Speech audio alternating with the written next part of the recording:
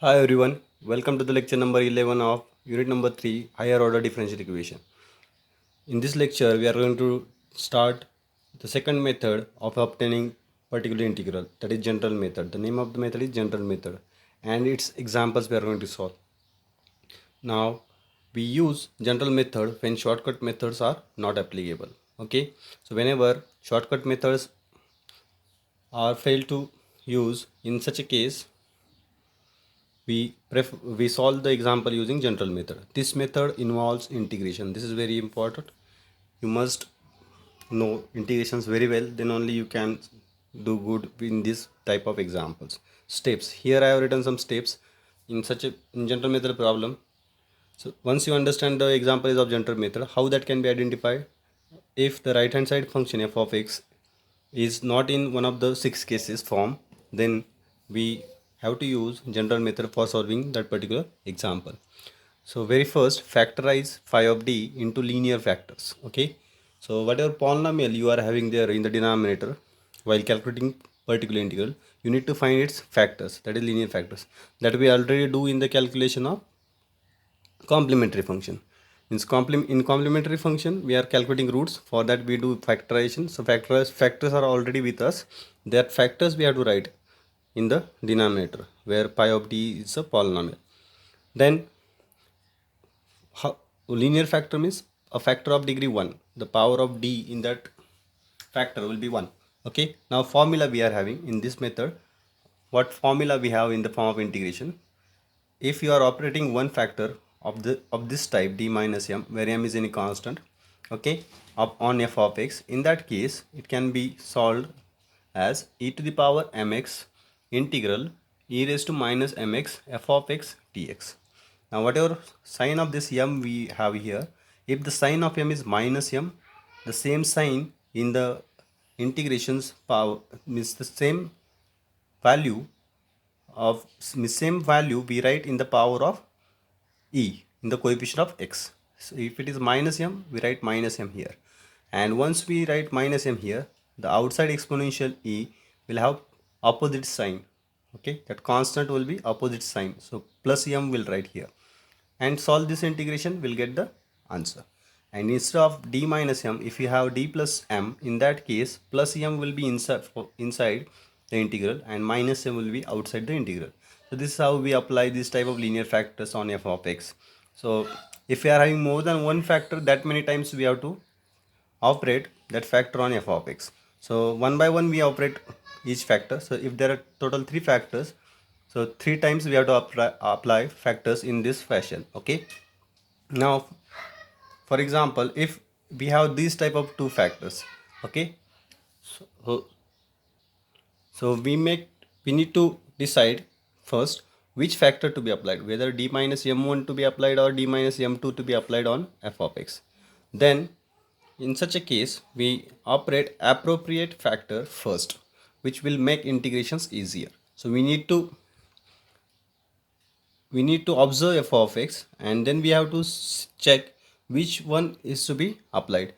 If after applying d minus m2 first, if we get complicated integration, in that case we can't solve that we can't get particular integral easily. So in that case it becomes necessary to check whether we get integration after operating d minus m1 factor first. Okay, accordingly, by observing the f of x, we decide which factor to be applied first. Okay, if we are having two factors, and in the most of the problems we are going to have two factors, linear factors. Okay, so because already one integration becomes very difficult, so if we have more than two factors, there will be number of integrations will get increased. Okay, so most problems will have maximum two factors. Okay, so first example, once we do example, then you will understand how to do it. Okay, so this is the first example: d square minus 1y equal to e to the power minus x into sin e to the power minus x plus cos e to the power minus x.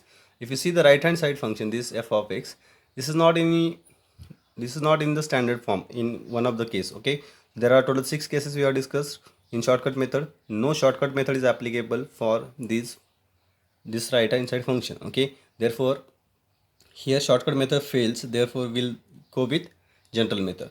So for finding solution of this differential equation, very first we calculate complementary function, because the general solution is the addition of complementary function and particular integral. So for complementary function, consider auxiliary equation. Consider auxiliary equation, which is phi of d equal to 0. Here phi of d is d square minus 1 equal to 0. And then get the roots of this polynomial. So d will be equal to plus minus 1. So we have now roots, so we can write c up. Therefore c up is c1 e to the power x, 1x, c2 e to the power minus 1x, that is minus x. So this will be the c up. Give this equation number 1. Now we'll do the calculation for particular integral. Particular integral definition we have pi equals to 1 upon phi of d f of x, right? The value of f of d is d square minus 1, and the value of f of x is e raised to minus x sin e raised to minus x plus cos e raised to minus x. This is quite big function, right? Now here we have polynomial. So first step, we are going to use of general method, factorize it in two parts. D minus 1 is first factor, d plus 1 is the second part. Okay, these are the linear factors of this polynomial. This function as it is e raised to minus x sin e raised to minus x plus cos e raised to minus x. Now here we have to decide which factor to be applied first.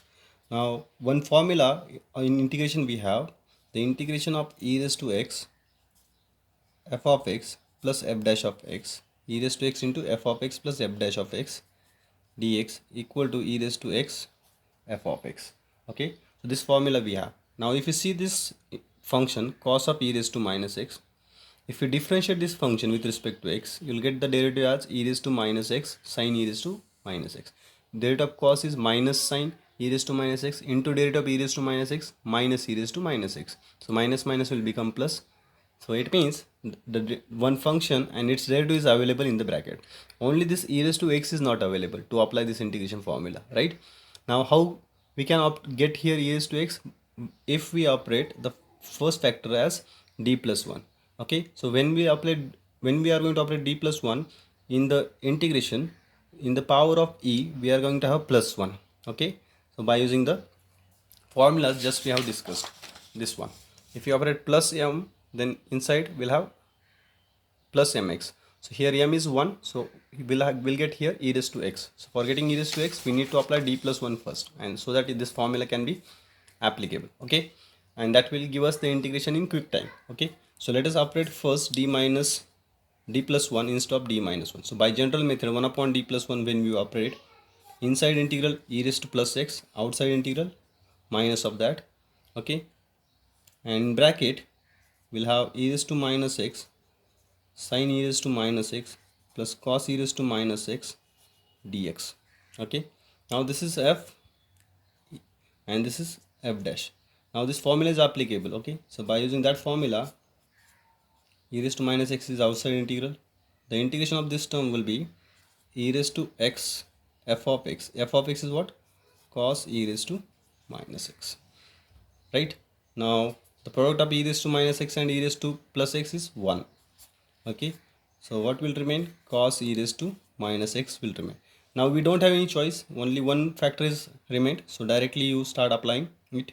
Inside integral we have e raised to minus 1x and outside plus. Now because this is minus 1, so inside in the power of e we'll have minus. Okay, cos e raised to minus x dx. Now we have to calculate this integral, that will give us the final pi. Okay, so how this can be done?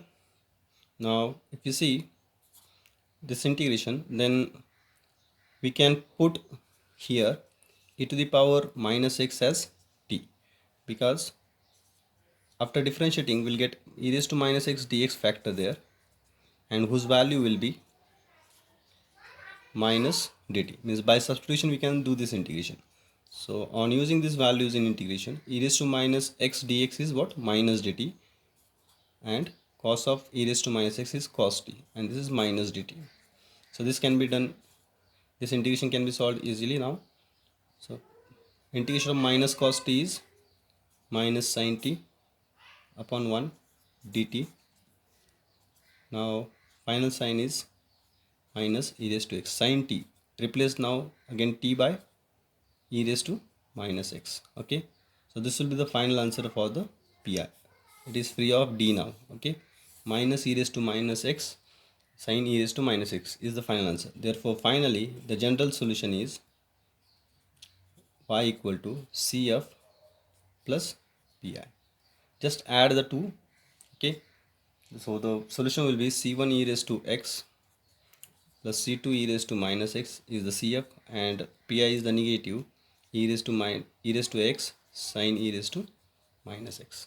Okay, now one problem of this type I will give for practice. Try to solve it.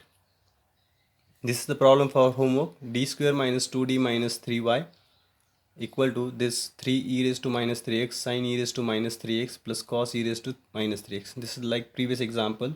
If you differentiate cos, you'll get this quantity. Okay, so f we have, f dash we have. Okay, again if you see the factors, you will get factors as t minus 3 and d plus 1. So for applying that formula, e raised to x into f plus f dash, f plus f dash is available. Okay, so we have to get e raised to x first for applying this formula. The integration of this is e raised to x f.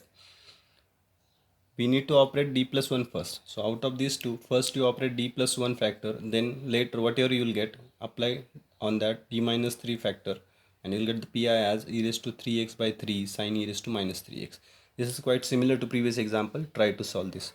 Now in coming lecture we are going to do more problems on general method. Okay, and after that we are going to start the method of variation of parameter, which is the last method on the particular integral. That's it from this lecture. Thank you so much.